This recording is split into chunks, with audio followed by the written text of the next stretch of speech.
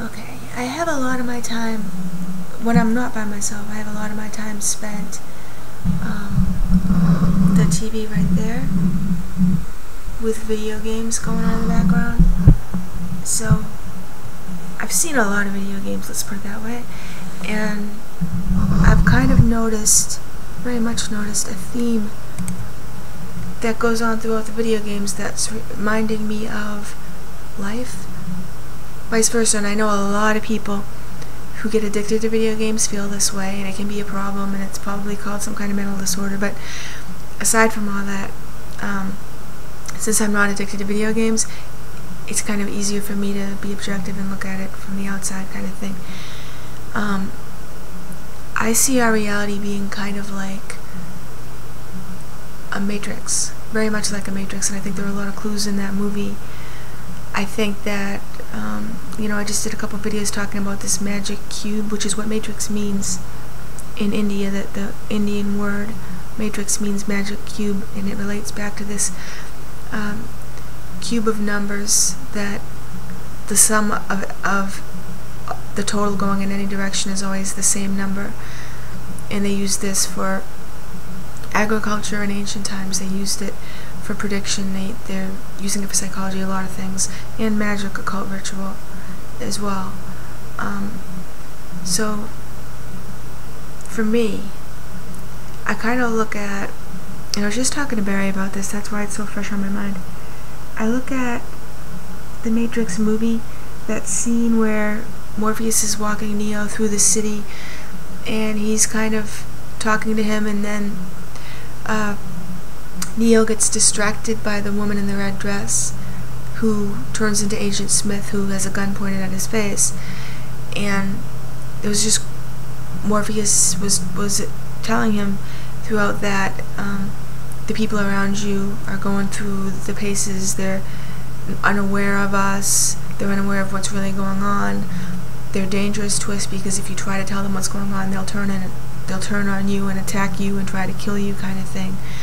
And to me, it reminds me of a video game, like Morpheus and Neo were in the bigger game, which was the Matrix scene they were in, and were awake instead of being part of the software program, almost like artificial intelligence gone haywire, or a virus spreading, but a good one.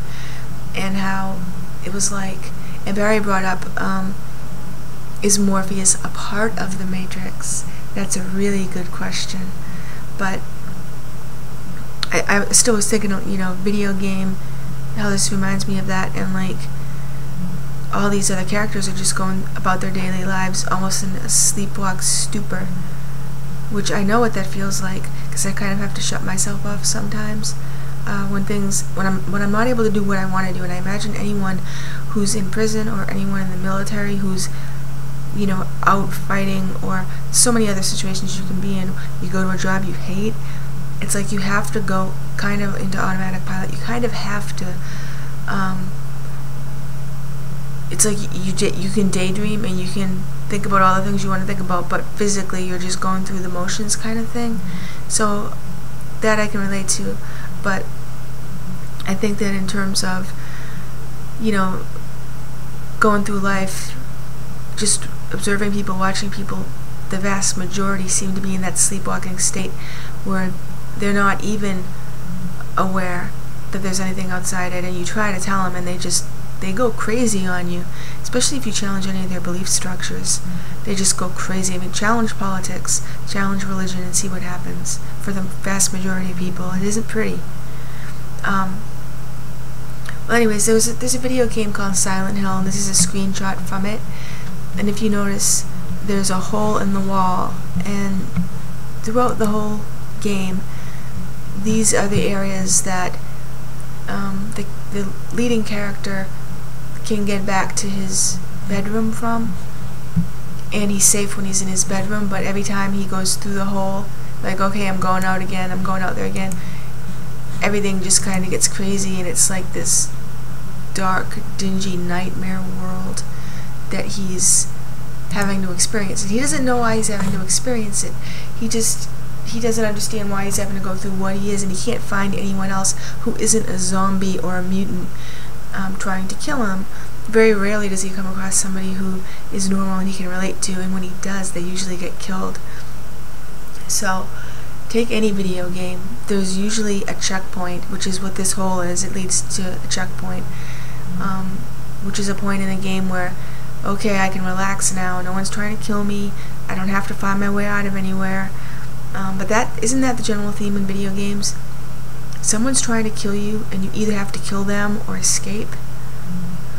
Well, when I look at life, I see, a lot of you go to work, and you go to work in factories or institutions or wherever it is you go, and it's like, unless you love what you're doing, unless what you're doing has a real purpose and a personal meaning to you, and you can see that as something that's outside of the system kind of thing, chances are you're going to be going through your day kind of like in that video game state of mind. Like the other people are doing what they're doing, you're doing what you're doing, you know how to get to the next level, you just have to get to the checkpoint, which is going home, and for me, it's like every video game at the end of the level has the boss, whoever the boss is, and that's somebody that you have to overcome, and if you don't overcome them, you die, kind of thing. And for me,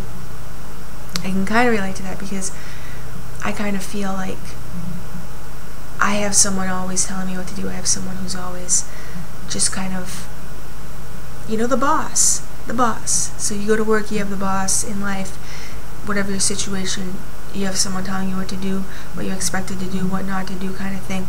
And you find that your time isn't your own until you're alone.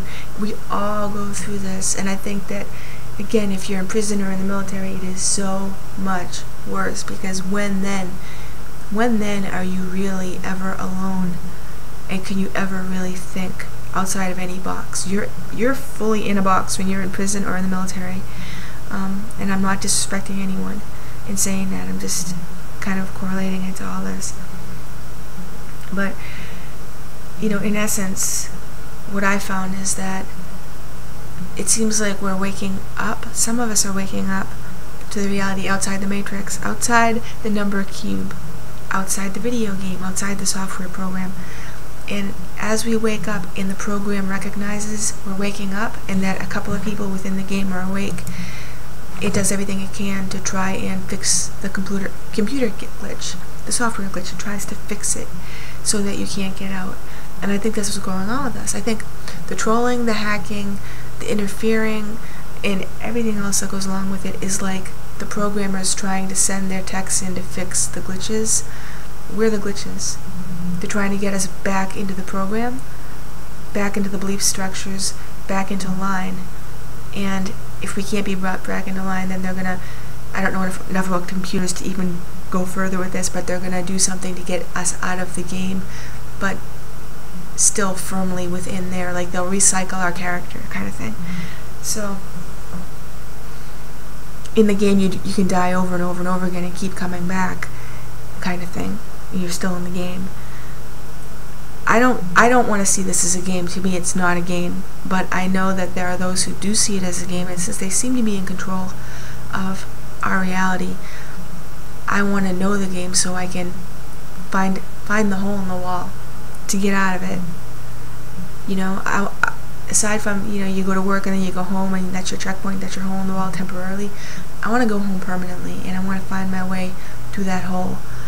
So, for me, waking up and realizing this is a matrix, this is some type of a simulation, some type of a controlled environment, makes me aware there must be something outside of it, and what's outside of it is probably far, far bigger and greater than the reality inside that we're stuck in, this cube of reality.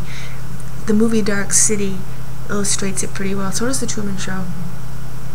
In Dark City, at the end of it, when the leading character unleashes the ocean and creates Neptune Beach, I think that's the name of it. when he creates the beach at the end, I know there's Neptune Palace and there's all these references to Neptune, Poseidon, tridents, etc. In the creatures themselves, who are zombies that inhabit the human dead, and so that's why they're so pale and bald and walk around looking the way they do. It's because it's the human dead being inhabited by jellyfish type creatures. Those remind me of the footage from NASA of jellyfish type, UFO type organic beings that they've got footage of. And the whole theme of the movie is Neptunian. It's Poseidon and Saturnian as well. So for me, like at the end of that, when he unleashes the water and they pull the camera back to show Dark City from the outside, it's literally a flat bottomed city just floating in the cosmos somewhere, and now it's surrounded by the ocean all around, but the ocean only goes out so far. It reminds me of in a video game where if you go outside the boundaries, especially in the older systems, you go outside the boundaries and suddenly you're seeing the cube, you're seeing the hard angles, the matrix, it just ends. You can't get outside it. Well, that's what that reminded me of in Dark City. So to me, these clues left in movies are telling us the nature of our reality, that the cosmos exists outside of Dark City. We exist within it. We exist within the matrix. We think that's all there is. We go about our day-to-day lives. We live and we die over and over again within the Dark City or within the matrix. And I want to find my way out. So, okay, help me, somebody, please. I think that's how and why we found each other, because we have the potential to find our way out, and together we have the potential not only to find our way out, but to show others, even if only a few, their way out as well. So I'm so grateful to some of you for existing, for making yourselves known, for making that first video and just saying, screw it, I'm going to put my face on camera and I'm going to let people know who I am and what I think. Because you did that, because I did that, together we're now doing what we're doing. And I'm just like overwhelmed with gratitude for having this opportunity experience with you to do this. So let's do it. Let's keep going and never stop.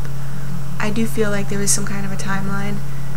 They're on a timeline, and if we exist within their reality, their matrix, their cube, at the end of their timeline, I don't know what might happen. So I'm really not afraid anymore, because I feel like in the desire to get out and in the knowledge of my way back kind of thing, which I really do feel, I feel that. It's like I used to not know where it was, and now I feel like I do. And I feel that it has to do with the stars, and I feel it has to do with our true creator. So I'm just going to end it, because I always say the same thing. And I feel like I don't, I repeat myself saying the same thing. But it's weird, because when you make videos, you don't want to repeat yourself, and then somebody comes in and sees your video for the first time, they don't know what you're talking about, they can't relate it to anything else, and then they say things, and you're like, wait, no, I already know that, I talked about that, or no, oh no, wait, let me clarify that, I already talked about it. You can't just assume everybody knows everything that you ever said, so that's why I repeat myself when I do. I'm not some crazy parrot who just doesn't know what I just said. I know what I've said. Believe me. Okay, good night, guys.